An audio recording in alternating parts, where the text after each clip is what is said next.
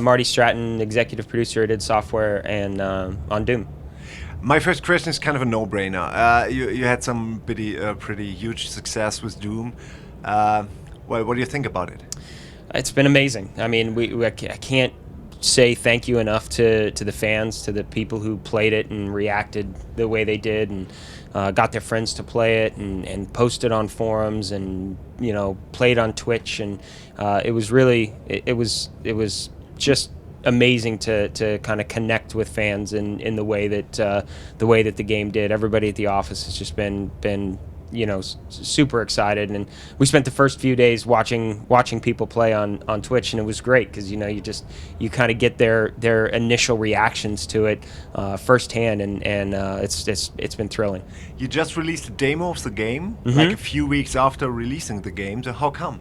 Mainly because of that reaction. We wanted to make sure that the first level of the game got such a good reaction. You'd watch people play, and it starts so quickly. You have a gun in your hand, and you're killing demons within the first 30 seconds really, and it set a tone for the story. We did a lot of things early on in that level to try to really set the tone for the game, and we throw you into the combat right away. The first combat is within, first major combat fight is within, a couple 3 minutes, depending on how you play.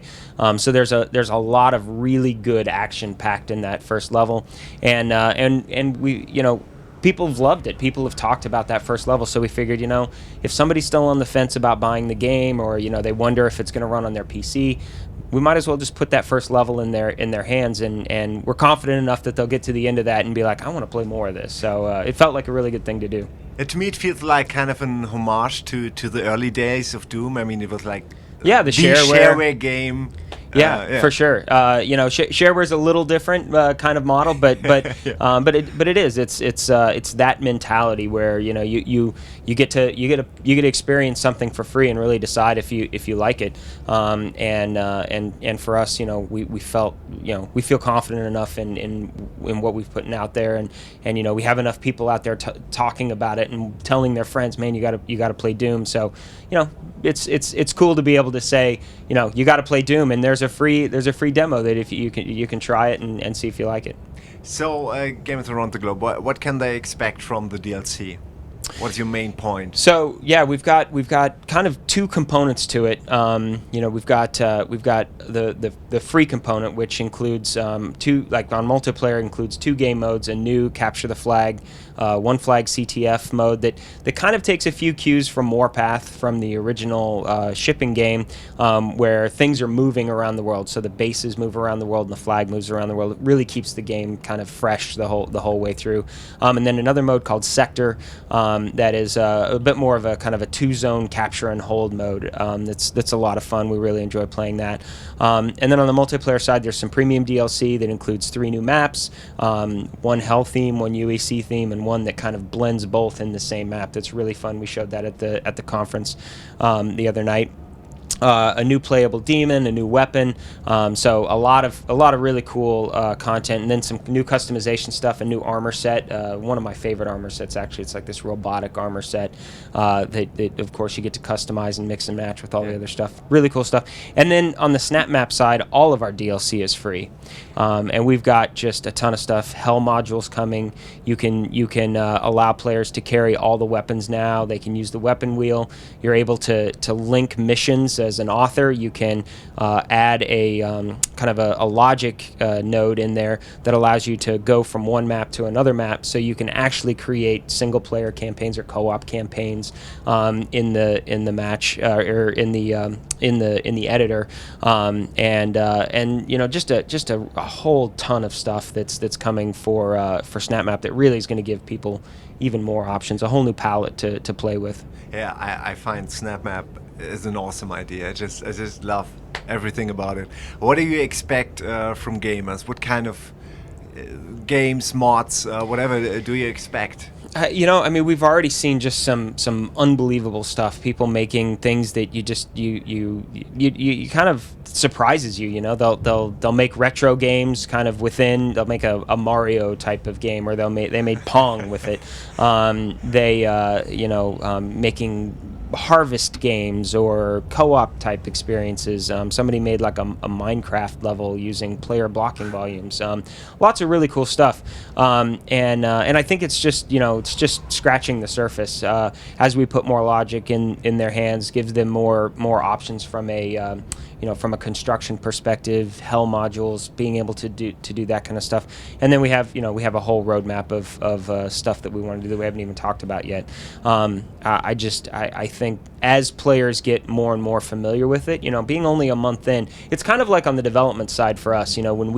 When we launch, when Microsoft or Sony launches a new platform, it takes us a little while to actually, get the most out of it. It's not until like the second or third year of working with it that the engineers really get down to to understanding how to get the most out of the hardware. And I think SnapMap will be the same. I think the more we add, the more tutorials that we provide, the more that the community helps itself, helps each other with the logic, how to do things efficiently.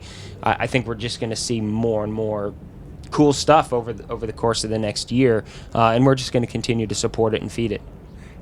Development has changed a lot. You're just laying out the groundwork for other people to create their own stuff. How does that compare to like developing a game 10 years ago? I mean, I think it's developing a game 10 years ago was definitely simpler. Something. Yeah, it's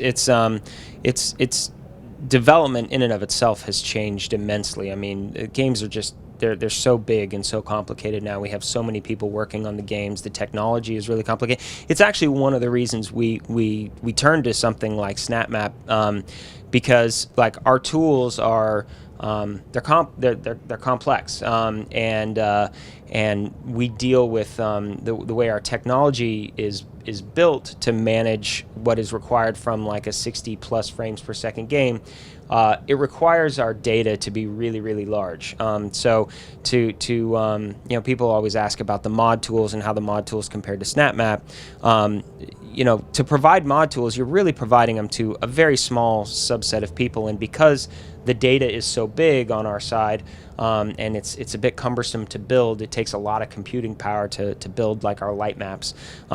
It doesn't make it very practical for somebody outside of our studio and who isn't on our big rendering farm and stuff to make content. So we turned to SnapMap to basically be a good outlet for people and to broaden that market, to give just about anybody the ability to build something, to build a game mode, to do something that they feel like is going to be fun. And it's like, again, we're just at the tip of the iceberg with what we hope SnapMap becomes, and what we're going to do to support it. So We've got people constantly listening to what people are asking for. All of our SnapMap updates are free, so there's really no reason not to just dive in and start to get good with it. And for players out there, we know that the people building maps is a much smaller community than the people of people who want to play. But there's just so many ways that you can just consume an unlimited amount of content. So it's really exciting for us. How's your relationship to the Quake dev team? I guess it's more like a sibling relationship, more like brothers. Yeah, Tim is managing that project with Saber, who's doing a lot of the development. We have a small team internally.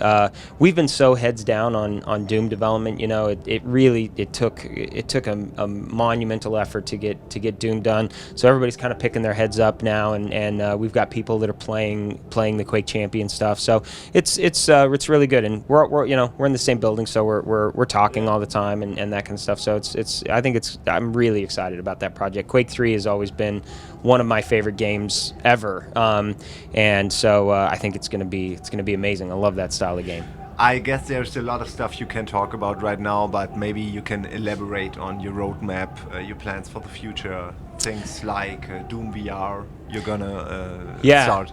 Yeah, so we have, we've obviously for Doom we've got a big update planned for the end of this month, before even DLC's coming out. That's going to add some fun features like center guns, like the old classic style center guns and photo mode. We have some neat features, but it's also got a ton of updates and fixes into it. Then we've got 3 DLCs planned for multiplayer. We've got a ton of snap map stuff planned, but then we're also working on initiatives like VR. We've got a team, our CTO Robert Duffy put together a small team internally to build this VR demo that we're showing here at E3, and we were here in 2012, kind of the only group showing VR with Doom 3 BFG, and it's cool to walk around and see how kind of prevalent it is now, and the Doom experience we've built is really cool. It's like to be inside the UAC and be in hell and be able to walk around a Revenant or a Cyber Mancubus is just,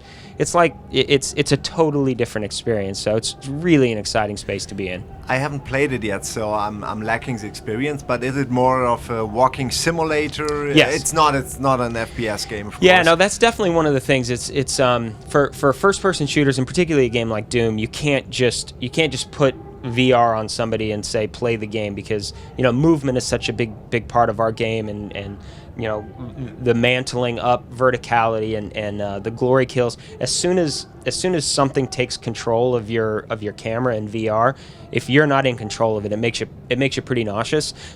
So yeah, we built a specific experience that allows you to kind of in the UAC, you can go up to these computer tables and pull up images of the demons and rotate them around and look at them, in kind of the level of detail.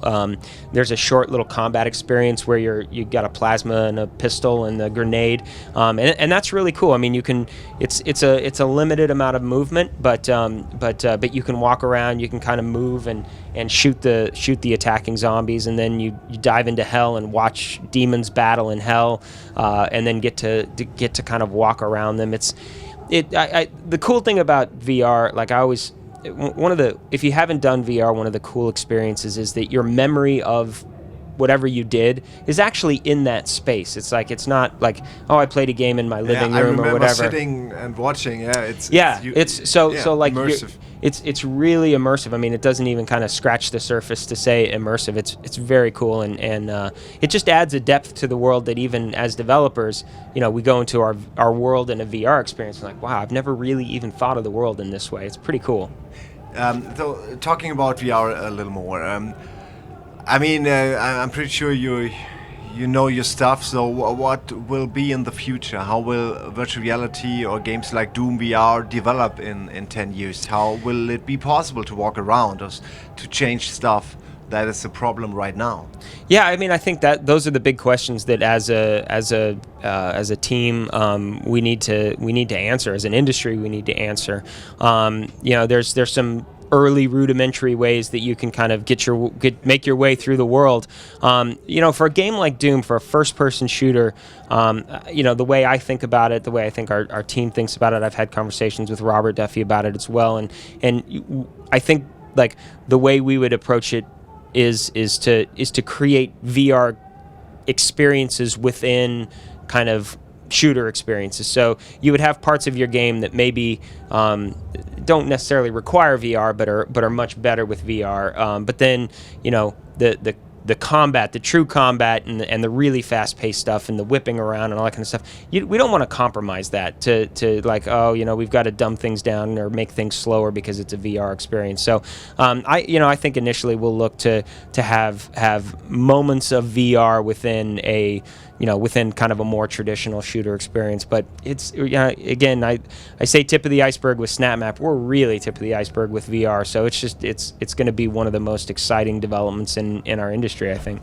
One last question: will Doom VR also come to consoles? We'll have to see. We haven't. This is just a very early, very early workforce. Again, we've kind of been had it on the radar since 2012 when we were here with VR for the first time, and then obviously had a strong focus on finishing Doom. Sky's the limit, honestly. So we'll just see what comes about and what makes the most sense for us.